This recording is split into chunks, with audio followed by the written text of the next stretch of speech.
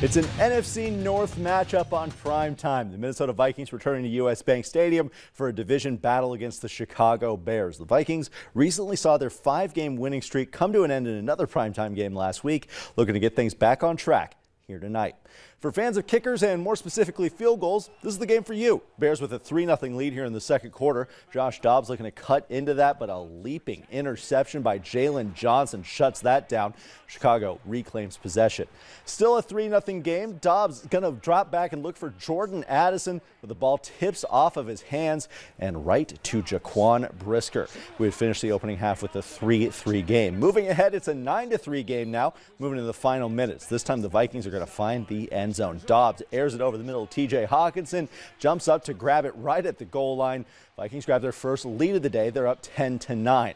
But the Bears have one last chance. The last minute of the fourth quarter, Justin Fields airs it out and finds DJ Moore all by himself.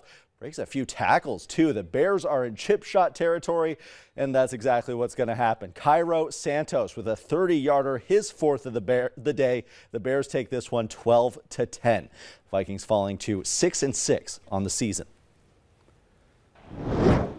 The Bison football team saw several members of their roster named first-team All-Missouri Valley Football Conference today, but only one grabbed that honor for 2 different positions. Hunter Brosio was named first-team All-MVFC fullback and long snapper.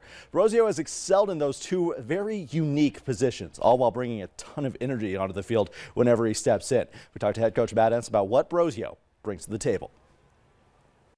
For him to be able to go from a position where you have to be kind of go, and you got to be face tough to all of a sudden a unique skill set that it maybe sometimes is more about the space between your ears to be able to transition like that and from one play to the next. It says a lot about who he is and his development. I think it's really cool and special for him to be recognized in 2 positions.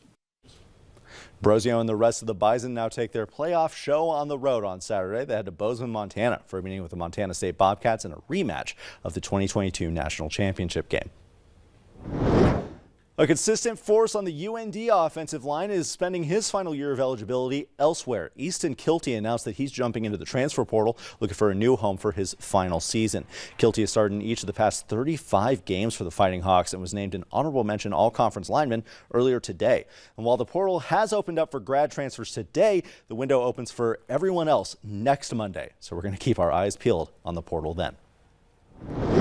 One of our homegrown hockey talents is continuing to put on a show in the USHL. Hampton Slakinski has been named the league's goaltender of the week. The Warroad product had an unbelievable weekend between the pipes for the Fargo Force, going 2-0 with 51 saves, didn't allow a single goal all weekend. This season, Hammer is 9-0 in the crease with a 1.53 goals against average. The Force are back home this weekend, hosting the Sioux City Musketeers on Friday and Saturday. The LA Kings, who drafted Hampton, have to be thrilled to see this. The Force have been unbelievable this year. Also very fun. And again, they'll be at home this weekend.